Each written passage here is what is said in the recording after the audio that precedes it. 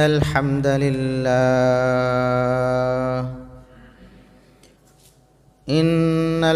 لله نحمده ونستعينه ونستغفره ونعوذ بالله من شرور أنفسنا ومن سيئات أعمالنا. من يهده الله فلا مضل له ومن يضلل فلا هادي له. أشهد أن لا إله إلا الله وحده لا شريك له وأشهد أن محمدًا عبده ورسوله. اللهم صل على محمد وعلى آل محمد كما صليت على إبراهيم وعلى آل إبراهيم إنك حميد مجيد. اللهم بارك على محمد وعلى آل محمد كما باركت على إبراهيم وعلى آل إبراهيم إنك حميد مجيد. أما بعد فيا أيها الناس ألا إن خير الحديث كتاب الله وخير الهدي هدي محمد صلى الله عليه وسلم وشر الأمور محدثاتها وكل محدثة بدعة وكل بدعة ضلالة. أعوذ بالله السميع العليم من الشيطان الرجيم من همزه ونفخه ونفثه. بسم الله الرحمن الرحيم. الذين يتبعون الرسول النبي الأمي الذي يجدونه مكتوبا عندهم في التوراة والإنجيل يأمرهم بالمعروف وينهاهم عن المنكر ويحل لهم الطيبات ويحرم عليهم الخبائث ويضع عنهم إصرهم والأغلال التي كانت عليهم. فالذين آمنوا به وعزروه ونصروه واتبعوا النور الذي أنزل معه أولئك هم المفلحون.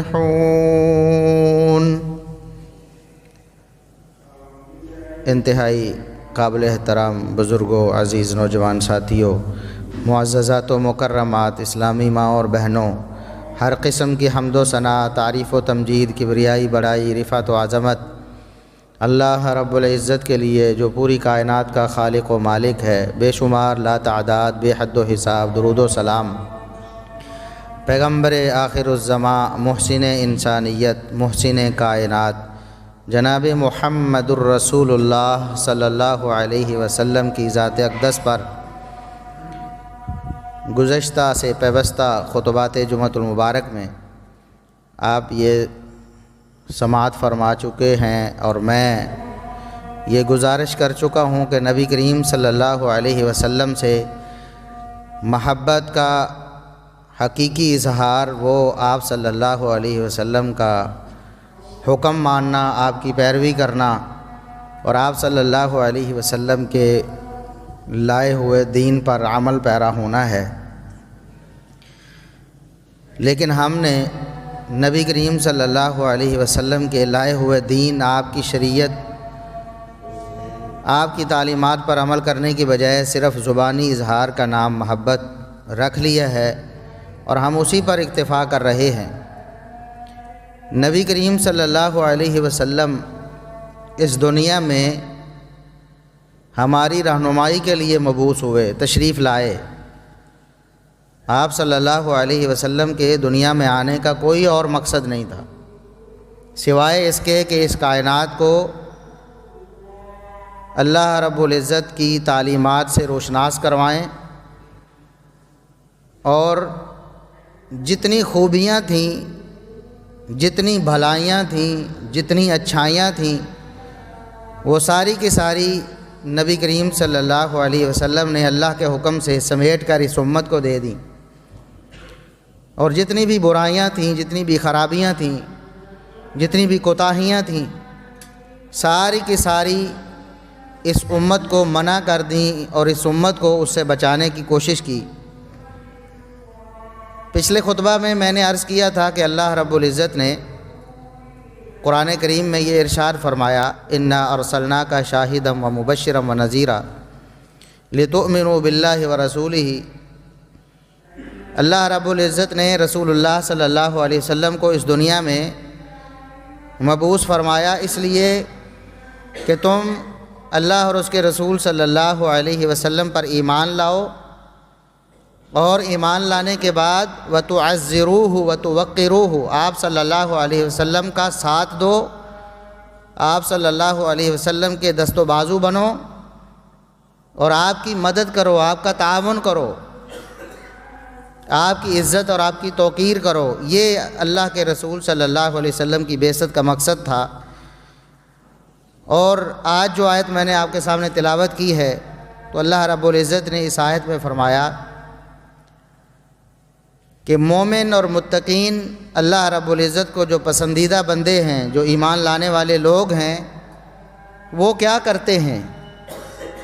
وہ اللہ رب العزت کے اس فرمان پر عمل کرتے ہوئے واقعی اللہ کے رسول صلی اللہ علیہ وسلم پر ایمان بھی لاتے ہیں اور آپ صلی اللہ علیہ وسلم کی عزت و توقیر بھی کرتے ہیں، آپ کا دست و بازو بھی بنتے ہیں، آپ کا ساتھ بھی دیتے ہیں ہر حکم میں۔ وہ کون سے احکامات ہیں جن میں ایک مومن کو رسول اللہ صلی اللہ علیہ وسلم کا ساتھ دینے کا حکم دیا گیا ہے، جس میں ہم نے رسول اللہ صلی اللہ علیہ وسلم کا دست و بازو بننا ہے؟ الذین یتبعون الرسول النبی الامی الذی یجدونہ مکتوبا عندہم فی التوراۃ والانجیل۔ وہ لوگ پیروی کرتے ہیں اس رسول کی جو نبی امی ہے، جس کو وہ پرانی کتابوں میں بھی، اللہ رب العزت کی جو پرانی نازل کردہ کتابیں ہیں اس میں بھی اس کا ذکر پاتے ہیں، اس کا تذکرہ پڑھتے ہیں۔ وہ نبی کیسا نبی ہے؟ پرانی کتابوں میں بھی مکتوباً عندہم فی التوراۃ والانجیل، تورات و انجیل میں بھی لکھا ہوا تھا کہ محمد الرسول اللہ صلی اللہ علیہ وسلم کی بعثت ہونی ہے اور آپ نے مبعوث ہو کر کیا کرنا ہے، اس کائنات کو کیا ضرورت ہے محمد الرسول اللہ صلی اللہ علیہ وسلم کی، اور اس کائنات کی کیا ذمہ داری ہے رسول اللہ صلی اللہ علیہ وسلم کے حوالے سے۔ وہ اللہ رب العزت نے بتایا کہ یأمرہم بالمعروف وینہاہم عن المنکر، کہ رسول اللہ صلی اللہ علیہ وسلم کا بعثت کا ایک ہی مقصد ہے کہ آپ نیکی کا حکم کرتے ہیں، اچھائی کی دعوت دیتے ہیں۔ دنیا کی کوئی ایسی خوبی اور کوئی ایسی بھلائی نہیں ہے جو محمد الرسول اللہ صلی اللہ علیہ وسلم نے اپنی امت کو نہیں بتا دی۔ آج ہم کوشش کرتے ہیں، تلاش کرتے ہیں، کامیابی کی راہیں جاننا چاہتے ہیں، اور کس سے جاننا چاہتے ہیں؟ کسی انگریز سے جاننا چاہتے ہیں، کسی یہودی سے جاننا چاہتے ہیں، کسی عیسائی سے جاننا چاہتے ہیں، کسی سکھ سے جاننا چاہتے ہیں، کسی ہندو سے جاننا چاہتے ہیں۔ آج ہم موٹیویشن لیتے ہیں، کبھی کسی کو سن رہے ہوتے ہیں، کبھی کسی کو سن رہے ہوتے ہیں۔ ہمیں زندگی میں پریشانیاں بھی آتی ہیں، ہم کبھی کسی سے رجوع کر رہے ہوتے ہیں، کبھی کسی کے پاس جا رہے ہوتے ہیں، جبکہ رسول اللہ صلی اللہ علیہ وسلم کی بعثت کا مقصد ہی یہ تھا کہ آپ صلی اللہ علیہ وسلم یأمرہم بالمعروف، دنیا کی جتنی بھی خوبیاں ہیں، جتنی بھی اچھائیاں ہیں، جتنی بھی بھلائیاں ہیں، اللہ کے رسول صلی اللہ علیہ وسلم ان کا حکم دے کر گئے ہیں امت کو ان کی وضاحت کر کے گئے ہیں، امت کو ان کے بارے میں بتا کر گئے ہیں۔ وَيَنْهَاهُمْ عَنِ الْمُنْكَرِ، جتنی بھی برائیاں تھیں، جتنی بھی خرابیاں تھیں، جتنی بھی پریشانی کے جتنے بھی اسباب تھے، جتنے بھی وسائل ایسے تھے جس سے انسانی زندگی متاثر ہو سکتی تھی، اللہ کے رسول صلی اللہ علیہ وسلم اس سے منع کرتے رہے ہیں۔ یہ رسول اللہ صلی اللہ علیہ وسلم کا فرض منصبی تھا کہ ہر خوبی کا آپ نے حکم دیا ہے اور ہر خامی سے آپ صلی اللہ علیہ وسلم نے منع فرمایا ہے۔ ہم کیوں نہیں آپ صلی اللہ علیہ وسلم کی تعلیمات کا مطالعہ کر لیتے؟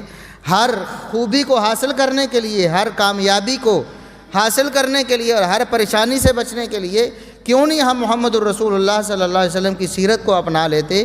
کیوں نہیں ہم اس کا مطالعہ کر لیتے تاکہ ہر خوبی اور ہر خامی کا ہمیں پتہ چل جائے؟ دنیا میں جو بھی سود و ضیاع تھا، جو بھی خوبی و خامی تھی، وہ رسول اللہ صلی اللہ علیہ وسلم نے امت کو کھول کر بیان کر دی۔ اور اس سے آگے وَيُحِلُّ لَهُمُ الطَّيِّبَاتِ، رسول اللہ صلی اللہ علیہ وسلم رحمت للعالمین، پوری کائنات کے لیے، جہانوں کے لیے رحمت بن کے آئے، تمام انسانیت کے لیے ہی نہیں، تمام جانداروں کے لیے، تمام بے جانوں کے لیے رحمت بن کے آئے۔ وَيُحِلُّ لَهُمُ الطَّيِّبَاتِ، مومنوں کے لیے، مسلمانوں کے لیے، اس کائنات کے لوگوں کے لیے آپ صلی اللہ علیہ وسلم نے تمام عمدہ اور تمام پاکیزہ چیزیں ان کے لیے حلال قرار دے دی۔ یہ نبی اکرم صلی اللہ علیہ وسلم کا فرض منصبی تھا کہ تمام حلال چیزوں کو رسول اللہ صلی اللہ علیہ وسلم نے حلال قرار دے دیا۔ کتنی ایسی چیزیں تھیں جو پرانی امتوں پر پابندی لگائی گئی تھی، تم نے یہ استعمال نہیں کرنی، تم نے استعمال نہیں کرنی۔ قرآن کریم میں اس کا ذکر ہے، یہود و نصارہ پر، بنی اسرائیل پر کون کون سی چیزیں اللہ رب العزت نے حرام قرار دی تھیں۔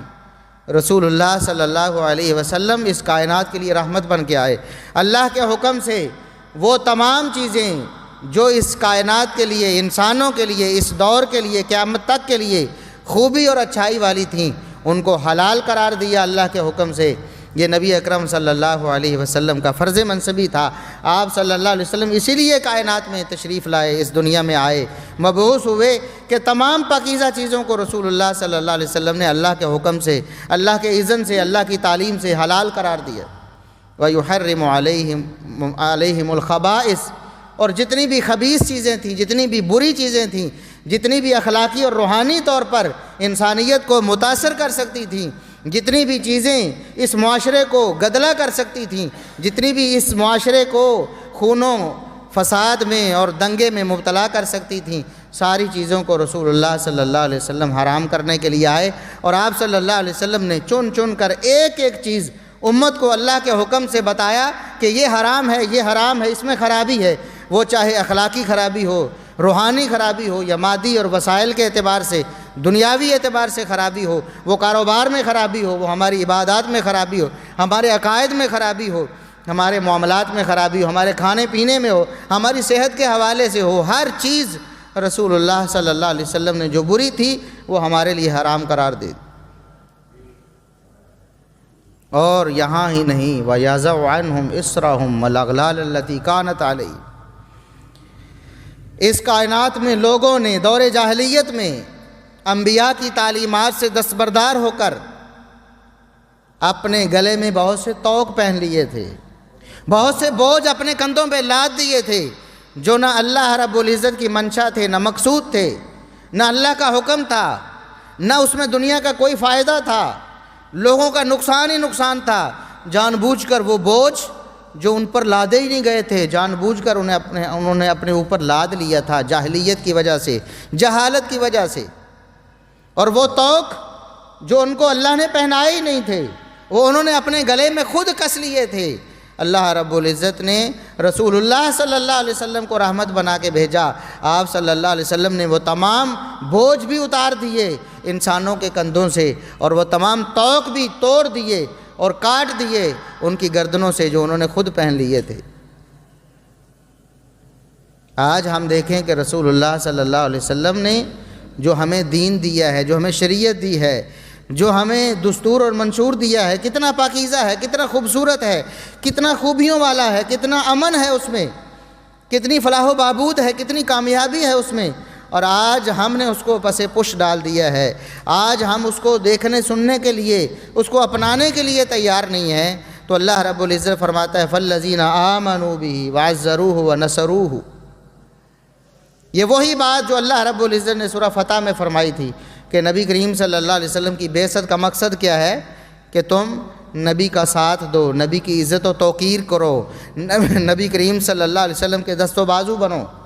ان ساری باتوں کو بیان کرنے کے بعد کہ نبی کی بعثت کا مقصد حلال و حرام میں تمیز کرنا ہے، اچھائی اور برائی میں تمیز کرنا ہے، وہ بوجھ اور توق جو جہالت کی وجہ سے انسانیت نے پہنے تھے ان کو نبی کریم صلی اللہ علیہ وسلم کی بعثت کا مقصد ان کو توڑنا ہے، یہ بیان کرنے کے بعد اللہ رب العزت نے فرمایا فَالَّذِينَ آمَنُوا بِهِ وَعَزَّرُوهُ وَنَصَرُوهُ۔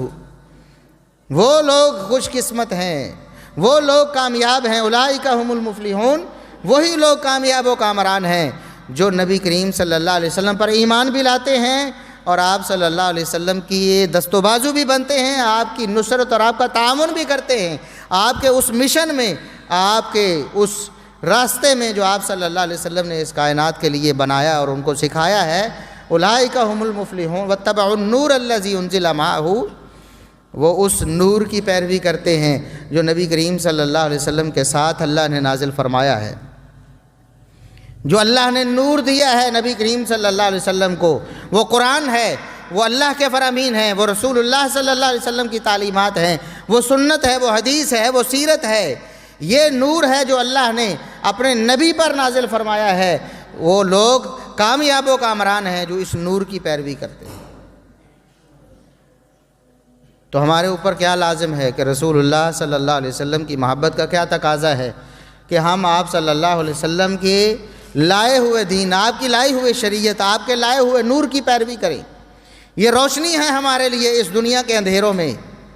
اس دور میں بھی اندھیرے تھے، جہالت کے اندھیرے تھے، دور جاہلیت کے اندھیرے تھے۔ اس نور کی وجہ سے جو اللہ نے رسول اللہ صلی اللہ علیہ وسلم کو دیا قرآن کی صورت میں، نبی کریم صلی اللہ علیہ وسلم کی سیرت اور سنت کی صورت میں، اس سے اللہ رب العزت نے سارے اندھیروں کو ختم کر دیا تھا۔ آج پھر دور جاہلیت کا کوئی کام ایسا نہیں ہے جو آج اس دنیا میں نہیں بلکہ اس امت میں جو کلمہ پڑھنے والے ہیں اس امت میں نہیں آ گیا۔ ایسا کوئی کام نہیں ہے دور جاہلیت کا۔ کفر و شرک سے لے کر، بدعات سے لے کر، خرافات سے لے کر دنیا کے معاملات تک، سارے کے سارے وہ معاملات جو اس دور میں دور جاہلیت میں تھے جب محمد الرسول اللہ صلی اللہ علیہ وسلم مبعوث ہوئے تھے، آج سارے اندھیرے، ساری جہالتیں، ساری ضلالتیں آج موجود ہیں۔ آج بھی وہی نور آپ کے کام آئے گا جسے محمد الرسول اللہ صلی اللہ علیہ وسلم لے کر آئے ہیں، اور جس کے بارے میں اللہ نے فرمایا ہے جو اس نور کی پیروی کرے گا، جو رسول اللہ صلی اللہ علیہ وسلم لے کر آئے ہیں کتاب و سنت، اس نور کی پیروی کرے گا، اولئک هم المفلحون، وہی کامیاب ہیں، وہی کامران ہیں۔ تو رسول اللہ صلی اللہ علیہ وسلم کس لیے مبعوث ہوئے؟ صرف اس لیے کہ ہم یہ دعویٰ کریں، ہم یہ نعرے ماریں صدقے جامع واری جامع؟ صرف ہم یہ نعرہ لگا دیں کہ آپ کی حرمت اور عزت پر ہماری جان بھی قربان ہے؟ کیا صرف اس لیے رسول اللہ صلی اللہ علیہ وسلم مبعوث ہوئے تھے کہ آپ کی بعثت کا مقصد یہی تھا؟ قرآن کیا کہتا ہے؟ نبی کی بعثت کا مقصد امر بالمعروف ہے اور نہی عن المنکر ہے۔ تمام خوبیوں کا حکم دینا یہ نبی کریم صلی اللہ علیہ وسلم کی بعثت کا مقصد تھا۔ کیا ہم نے وہ ساری خوبیاں اپنا لیں، اپنے اندر جمع کر لیں کہ ہمارے نبی نے ہمیں یہ خوبیاں دی ہیں؟ ان کی تعلیم ہمارے نبی صلی اللہ علیہ وسلم نے دی ہے۔ ہم چونکہ آپ سے محبت کرتے ہیں اس لیے ساری ان خوبیوں کو اپنا لیں۔ کیا واقعی ہم نے ساری خوبیوں کو اپنا لیا؟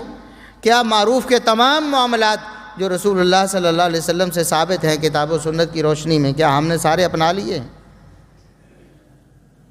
کیا تمام وہ منکرات جن سے رسول اللہ صلی اللہ علیہ وسلم نے منع کیا ہے، کیا ہم نے چھوڑ دی ہیں ساری منکرات؟ کیا ہم نے ان کو برا جان کر ان سے اپنی جان چھڑا لی ہے؟ حلال و حرام کا معاملہ رسول اللہ صلی اللہ علیہ وسلم نے واضح کیا، تمام پاکیزہ چیزوں کو حلال قرار دیا۔ جتنی پاکیزہ چیزیں تھیں وہ ہمارے لیے حلال ہیں آج شریعت کی روشنی۔ دنیا کی کوئی ایسی چیز نہیں جو پاکیزہ ہو انسانیت کی بھلائی کے لیے اور فائدے کے لیے ہو، لیکن رسول اللہ صلی اللہ علیہ وسلم کی شریعت میں وہ حلال نہ ہو، ایسی کوئی چیز نہیں۔ یہ ہر مسلمان جب تک اس پر ایمان نہ رکھے اس کا ایمان ہی مکمل نہیں ہوتا۔ جب وہ یہ بات مانتا ہے کہ تمام پاکیزہ چیزیں میرے لیے حلال ہیں اور تمام بری چیزیں، تمام خبائث، تمام مکروہات، تمام ایسی چیزیں جو میری ایمان کے لیے، میرے عقیدے کے لیے، میری صحت کے لیے مضر ہیں، وہ اللہ کے رسول صلی اللہ علیہ وسلم نے منع فرما دیے۔ جب یہ عقیدہ رکھ لیا ہے پھر ان کو چھوڑتے کیوں نہیں؟ کیوں نہیں چھوڑتے انہیں؟ ہمارے پیمانے الگ ہو گئے ہیں۔ ہم یہودیوں کی طرح کچھ مان لیا، کچھ چھوڑ دیا، جہاں مرضی آئی وہاں ہم شریعت کے پیروکار بن گئے۔ وہاں ہم نے کہا جی ہم تو نبی کی سنت پر عمل کرتے ہیں، ہم تو نبی کا کہا مانتے ہیں، اور جہاں ہماری طبع کے مطابق نہ ہوا فرمان رسول صلی اللہ علیہ وسلم وہاں ہم نے چھوڑ دیا اسے، وہاں ہم نے تعویلیں گھڑ لیں، وہاں ہم نے بہانے اور عذر تراش لیے، بجائے اپنی کمی کوتاہی ماننے کے آج مسلمان ہیلے بہانے لے کر آتا ہے رسول اللہ صلی اللہ علیہ وسلم کے فرامین اور آپ کی شریعت اور آپ کے دین کے مقابلے میں۔ کتنی حرام چیزیں ہیں آج مسلمان ان کو اپنائے ہوئے ہیں، ان کو استعمال کر رہے ہیں، ان کو پہن رہے ہیں، ان کو سجا رہے ہیں اپنے جسموں پر۔ کتنی حرام چیزیں ہیں، رسول اللہ صلی اللہ علیہ وسلم نے سختی سے منع فرما دی، لیکن ہم نے نہیں چھوڑی۔ کھانے پینے میں دیکھیں، مسلمانوں میں بڑا طبقہ ہے اللہ کے فضل سے شراب سے بچا ہوا۔ شراب حرام ہے نا، یہ خبیث چیز ہے، یہ انسان کی روحانیت کے لیے اور انسان کے جسم کے لیے، دونوں کے لیے، معاشرے کے لیے، ماحول کے لیے، یہ خاندان کے لیے، یہ گھر کے لیے مضر ہے، اس میں خرابی ہی خرابی ہے۔ رسول اللہ صلی اللہ علیہ وسلم نے منع فرما دیا، حرام قرار دے دیا۔ لوگ پیتے تھے دور جاہلیت میں بھی، اسلام کے آغاز میں بھی، لیکن تدریجاً رسول اللہ صلی اللہ علیہ وسلم نے اس کو حرام قرار دے دیا۔ پھر کامیاب کون ہوئے؟ جنہوں نے رسول اللہ صلی اللہ علیہ وسلم کا فرمان سنا، اس کے بعد دوبارہ زندگی میں سوچا تک نہیں اس کے بارے میں، اور پی رہے ہیں، پیالے منہ کو لگا رہے ہیں، وہیں چھوڑ دیے، مٹکے توڑ دیے۔ مدینے کی گلیوں میں شرابیں بہہ رہی ہیں، کیا ہوا ہے؟ آواز آئی ہے، ایک آواز لگانے والا آواز دیتا ہے کہ رسول اللہ صلی اللہ علیہ وسلم نے اللہ کے حکم سے شراب کو حرام قرار دے دیا۔ کوئی ہیلا بہانہ نہیں، ابھی تو پی لیں، ابھی تو ہمارے پاس آ گئی ہے، یہ گھونٹ تو بھر لیں، یہ تو بنا لی ہے، اس کو تو ختم کر لیں، یہ جو بنائی ہے اس کا کیا بنے گا، یہ ضائع ہو جائے گی، اس کو تو استعمال کر لیں۔ نہیں، رسول اللہ صلی اللہ علیہ وسلم کا حکم آیا، چھوڑ دی۔ آج کتنے مسلمان ہیں، مسلمانوں میں کتنے نوجوان ہیں، کتنے بوڑھے ہیں، کتنے لڑکے ہیں جو آج اس لعنت میں، نشے کی لعنت میں ملوث ہو چکے ہیں، مبتلا ہو چکے ہیں۔ اور صرف شراب ہی نشہ نہیں ہے، بلکہ الخمر ما خامر العقل، ہر وہ چیز شراب ہے اور شراب کے حکم میں داخل ہے، اسی طرح حرام ہے جس طرح شراب حرام ہے۔ ہر وہ چیز جو انسان کی عقل پہ پردہ ڈالتا، جس سے انسان اپنے آپ کو اصلی حالت میں برقرار نہ رکھ پائے، ہر وہ چیز حرام ہے۔ اور یہ بھی فرما دیا ما اسکر کثیرہ فقلیلہ حرام، جس کا ایک مٹکا، ایک گیلن پینے سے نشہ ہوتا ہے، اس کا ایک قطرہ بھی حرام ہے، آدھا قطرہ بھی حرام ہے۔ فرما دیا آج ہمارے مشروبات میں یہ چیزیں استعمال ہو رہی ہیں، کئی ایسی چیزیں ہیں، باہر سے امپورٹڈ ڈرنکس آتے ہیں، ان کے اندر استعمال ہوتی ہے، لوگ پی رہے ہیں۔ اب تو ویسے بھی کھلم کھلا بک رہی ہے پاکستان میں، خالص شراب بھی بک رہی، نوجوان شراب میں، ہیروئن میں اور اس طرح کے نشوں میں، گٹکا ہے اور پان کے اندر تمباکو ہے اور اس طرح کی چیزوں میں ملوث ہو چکے ہیں۔ کیا رسول اللہ صلی اللہ علیہ وسلم نے تمام خبائث کو حرام نہیں کرا؟ کوئی ایسا مسلمان جو کہے کہ تمباکو میں، یہ گٹکے میں، یہ سگریٹ میں، یہ فلاں جو دیگر وہ ہیروئن ہے یا فلاں، اس میں کوئی فائدہ ہے؟ کیا نقصان نہیں ہے اس میں؟ سگریٹ کی ڈبی پہ لکھا ہوا ہے کہ یہ مضر صحت ہے، اس سے کینسر ہو جاتا ہے، اور خوفناک تصویریں بھی لگائی ہوئی ہیں، لیکن یہ ماننے کے لیے تیار نہیں۔ اس نے محمد الرسول اللہ صلی اللہ علیہ وسلم کی نہیں مانی ہے، کسی حکومت کسی گورنمنٹ کی کیسے مانے گا؟ کیا یہ رسول اللہ صلی اللہ علیہ وسلم کے حرام کردہ امور نہیں ہے؟ وَيَنْهَاهُمْ عَنِ الْمُنْكَرِ، منکر سے منع کر دیا رسول اللہ صلی اللہ علیہ وسلم نے۔ وَيُحَرِّمُ عَلَيْهِمُ الْخَبَائِثَ، خبائث سے اللہ کے رسول صلی اللہ علیہ وسلم نے منع کر دیا، حرام قرار دے دیا۔ یہ خبائث ہے، یہ آپ کے جسم کے لیے، آپ کی روح کے لیے فائدہ مند نہیں ہے، چھوڑ دو انہیں۔ آج کوئی اگر شراب نہیں پیتا وہ گٹکا کھاتا ہے، وہ گٹکا اور شراب کچھ بھی نہیں کرتا، کسی اور طریقے سے کوئی نہ کوئی طریقہ استعمال کر رہا ہے۔ نوجوان ہیں شیشہ پیتے ہیں، یہ نیا رواج اور فیشن کے طور پر آ گیا، لوگ اس نشے میں مبتلا ہو رہے۔ ہمارے نوجوان کس طرف جا رہے ہیں؟ اور جو لوگ اس سے بھی بچ گئے ہیں، شراب سے بھی بچ گئے، تمباکو سے بھی بچ گئے، گٹکے سے بھی بچ گئے، وہ کیا کرتے ہیں؟ وہ سمجھتے ہیں کہ شاید یہ خنزیر کا گوشت ہی حرام ہوتا ہے، کسی کا حق کھانا تو حرام نہیں ہوتا۔ لوگوں کا حق لوگ جری ہو کر، بہادر ہو کر کھا رہے ہیں، اپنا حق سمجھ رہے ہیں۔ کسی کی زمین پر قبضہ کر کے کھا لو، کسی کی جائیداد ہڑپ لو، کسی کے پیسے مار لو، اور اس کو بہادری سمجھا جاتا ہے کہ میں نے کیس لڑ کر جیت لیا ہے۔ وہ سمجھتا ہے کہ شاید مجھے پرمٹ مل گیا، یہ اللہ کی طرف سے پرمٹ ہے، یا یہ رسول اللہ صلی اللہ علیہ وسلم کی طرف سے مجھے سرٹیفکیٹ جاری ہو رہا ہے کہ میرے حق میں فیصلہ ہو گیا تو لہٰذا جائز ہے۔ رسول اللہ صلی اللہ علیہ وسلم نے فرمایا کہ میں محمد الرسول اللہ صلی اللہ علیہ وسلم بھی فرمایا، میں بھی اگر فیصلہ کروں، میں بھی انسان ہوں، انسان ہونے کے ناطے میں کوئی علام الغیوب نہیں ہوں۔ اللہ جانتا ہے نا کسی کے دل میں کیا ہے، کسی نے حقیقت میں کیا کیا ہوا ہے۔ میرے سامنے کوئی بندہ آ کر چرب زبانی سے، زبان زیادہ استعمال کرنے کا اس کو فن ہے، اچھا بول لیتا ہے، اپنا مقدمہ اچھا لڑ لیا اس نے، حق کسی کا تھا، اس نے مجھ محمد الرسول اللہ سے فیصلہ کروا لیا صلی اللہ علیہ وسلم۔ میں نے فیصلہ کر دیا، نبی اور رسول نے فیصلہ کر دیا کہ مجھے ان دلائل کو سننے کے بعد لگتا ہے کہ حق اس کا ہے، لیکن حقیقت میں حق دوسرے کا تھا۔ اللہ کے رسول صلی اللہ علیہ وسلم فرماتے ہیں میرے سے حق لے کر گیا ہے تب بھی جہنم کا انگارہ لے کر گیا ہے۔ تو آپ ان عدالتوں کو سمجھتے ہیں کہ اس عدالت سے میرے حق میں فیصلہ ہو گیا ہے تو سب ٹھیک ہے؟ لوگوں کا مال ہڑپا جا رہا ہے، ملاوٹ کی جا رہی، لوگوں کی زندگیوں سے کھیلا جا رہا ہے۔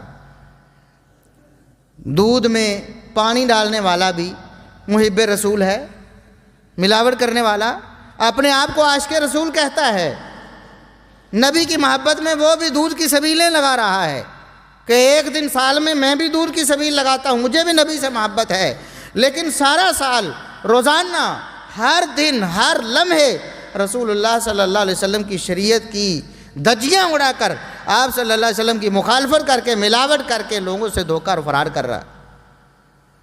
آپ صلی اللہ علیہ وسلم نے فرمایا من غشنا فلیس منا، جس نے ہم سے دھوکہ کیا، یعنی مسلمانوں سے دھوکہ کیا، دکھایا کچھ، دیا کچھ، بتایا کچھ، کیا کچھ، اس کو غش کہتے ہیں عربی زبان میں۔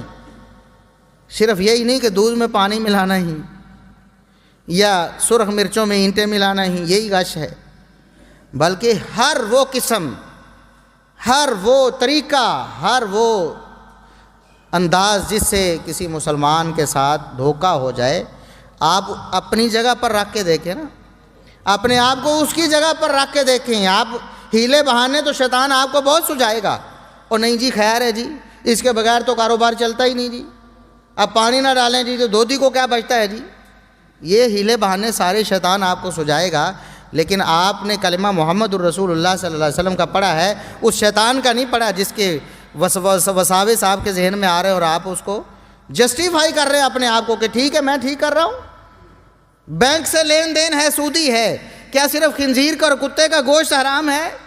اس کو دیکھ کر ہمیں کہہ آ جائے گی، سن کر بھی ہمیں گھن آتی ہے، لیکن سود کھائے جا رہے ہیں، ہر مسلمان ملوث ہو رہا ہے۔ الا ماشاء اللہ، الا ماشاء اللہ، اللہ جس پر رحم کرے، ورنہ اکثریت مسلمانوں کی یہ بینک سے لین دین کے اکثر معاملات سود پر مشتمل ہیں۔ ہمارے لین دین کے معاملات، ہمارے کاروبار کے معاملات، یہ کرائے پہ لینے دینے کے پگڑی شگڑی سب سود ہے، سود میں مبتلا ہو رہے ہیں۔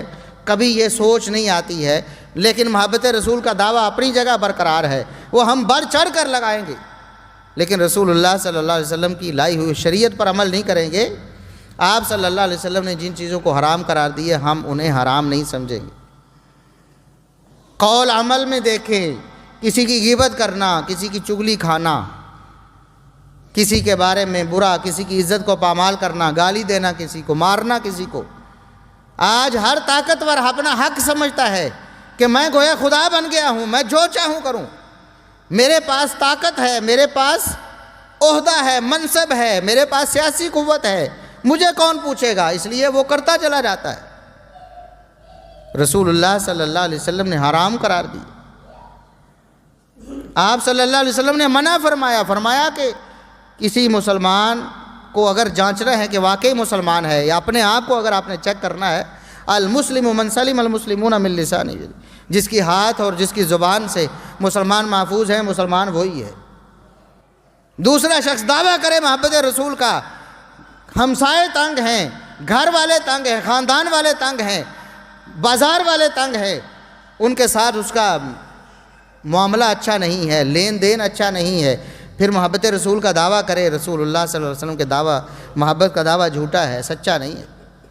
اس لیے آپ صلی اللہ علیہ وسلم نے جو شریعت دی ہے، جو آپ صلی اللہ علیہ وسلم نے حلال حرام ہمیں بتائے ہیں، ان پر ہمیں کاربند ہونا ہوگا، تب ہم آپ صلی اللہ علیہ وسلم کی محبت کے واقعی سچے دعوے دار ہوں گے۔ اور اگر ایسا نہیں کرتے پھر کیسی ہماری محبت ہے؟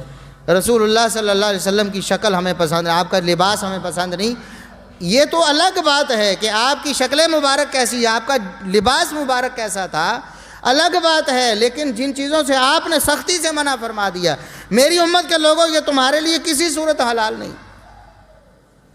یہود و نصارہ کی مخالفت کرو، یہود و نصارہ کا کام ہے داڑھیوں کو منڈانا، داڑھیوں کو چھوٹا کروانا، یہود و نصارہ کا کام ہے، تم نے میری امت کے لوگوں یہ نہیں کرنا۔ یہ نبی کی وصیت بھی ہے، نبی کا حکم بھی ہے، نبی کی نصیحت بھی ہے۔ محبت رسول کا دعویٰ ہے، صبح صبح روز اٹھ کر بلیڈ چلاتے ہیں، کینچیاں چلتی ہیں، لیکن رسول اللہ صلی اللہ علیہ وسلم سے محبت کا دعویٰ پھر اسی جگہ برقرار۔ آپ صلی اللہ علیہ وسلم نے منع فرما دیا، خبردار شلوار چادر پینٹ آپ کا جو ازار ہے، تہبند ہے، وہ آپ کا ٹخنوں سے نیچے نہیں ہونا چاہیے، یہ جہنم میں چلے جاؤ گے، جلے گا جہنم میں وہ ٹکڑا جو شلوار چادر ٹخنے سے نیچے کام ہوگی، جہنم میں جائے گی۔ آپ نے سختی سے منع فرمایا اللہ رب العزت قیامت کے دن نظر رحمت سے ایسے بدبختوں کو نہیں دیکھے گا، ان پر رحم نہیں کرے گا، ان کو معاف نہیں کرے گا، ان کے گناہوں سے صرف نظر نہیں کرے گا۔ 3 لوگ تھے نا، ان میں سے ایک شلوار چادر اپنی پینٹ وغیرہ وہ ٹخنے سے نیچے لٹکانے والا ہے، لیکن ہم نے نہیں مانا نبی کریم صلی اللہ علیہ وسلم کا فرمان، ہر آن ہر لمحے رسول اللہ صلی اللہ علیہ وسلم کی مخالفت کر کے اسی حالت میں دعویٰ کر رہے ہیں، نعرے مار رہے ہیں، صدقے جاواں یا رسول اللہ۔ بتاؤ اگر رسول اللہ صلی اللہ علیہ وسلم موجود ہوں آپ کے سامنے، یہ طمع ہے نا کہ قیامت کے دن ملاقات کرنی ہے، حوض کوثر پہ جانا ہے، کیا منہ لے کر جاؤ گے؟ یہ دعویٰ اور یہ عمل، نہ آپ کا فرمان، نہ آپ کی شکل، نہ آپ کا لباس، کچھ بھی نہیں اپنایا ہے، نہ آپ کی سیرت اپنائی ہے، ساری زندگی ڈٹ کر مخالفت کی ہے، بلکہ جو کہے اس کا الٹا مذاق اڑایا ہے۔ پھر بھی رسول اللہ صلی اللہ علیہ وسلم سے محبت کا دعویٰ ہے، بتاؤ ایسا دعویٰ کون اس کو قبول کرے گا؟ اس دعوے نہیں دعویٰ قبول ہوگا۔ رسول اللہ صلی اللہ علیہ وسلم سے محبت کیجئے، آپ کی محبت کا عملی ثبوت دیجئے کہ ہم رسول اللہ صلی اللہ علیہ وسلم کے پیروکار ہیں، ہم آپ کے محب ہیں، ہم آپ کے دین میں داخل ہونے والے، اور ہم آپ صلی اللہ علیہ وسلم کے مشن میں آپ کا دست و بازو بننے والے۔ دست و بازو بننے کا مطلب تو یہ ہے نا کہ پہلے اپنائیں، پھر لوگوں کو قائل کریں، اس طرف لے کے آئے، نبی کی محبت کی طرف، نبی کی اطاعت کی طرف، نبی کی سنت کی طرف، نبی کی سیرت کی طرف۔ اگر ہم نے خود ہی نہیں اپنایا پھر ہم نے نبی کریم صلی اللہ علیہ وسلم کا کیا ساتھ دیا ہے۔ اللہ سے دعا ہے کہ اللہ رب العزت ہمیں عمل کی توفیق عطا فرمائے۔ وآخر دعوانا ان الحمد للہ رب